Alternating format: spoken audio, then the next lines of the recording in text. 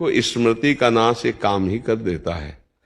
कामा संजायते क्रोधा, क्रोधा स्मृति विभ्रमा, और स्मृति भ्रंशात बुद्धिनाशो, और बुद्धिनाशात प्रणश्यति। तो अगर हमारा निष्काम भाव हो तो हम स्मृति वाले बने। इस काम का प्रभाव कहां पड़ता है?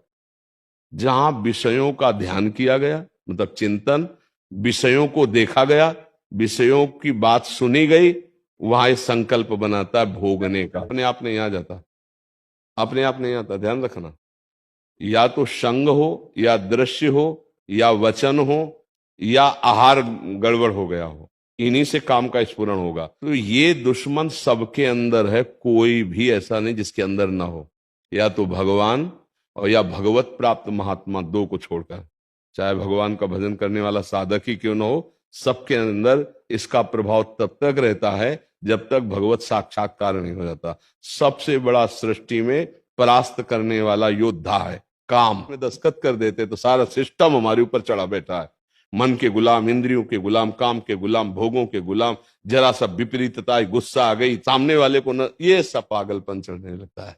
इसलिए दृष्टा भाव रखकर नाम जपते हुए काम पर विजय प्राप्त की जा सकती। दूसरा कोई उपाय नहीं, भोगने से शांति नहीं। इसे हम बिच्छू के डंक के जहर से बचने के लिए कोबरा के मुख में हाथ डाल दें, गड़बड़ हो गया ना।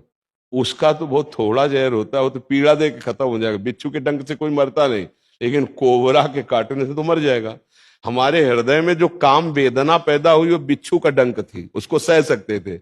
लेकिन जब हम भोगों में उतर गए तो मानो कोबरा के मुख में हाथ डाल दिया, अब बचना मुश्किल है। श्री हरिवंश महाराज जी, प्रिया प्रीतम से मिलन के मार्ग पर चलते हुए साधक के जीवन में काम रूपी विकार का क्या स्वरूप रहता है? बहुत जोर का होता है, बहुत जोर का होता है, क्योंकि टक्कर का योद्धा एक ही है। ये प्रेमी को गिराने के लिए एक ही जो योद्धा समर्थ है, दूसरा नहीं समर्थ है।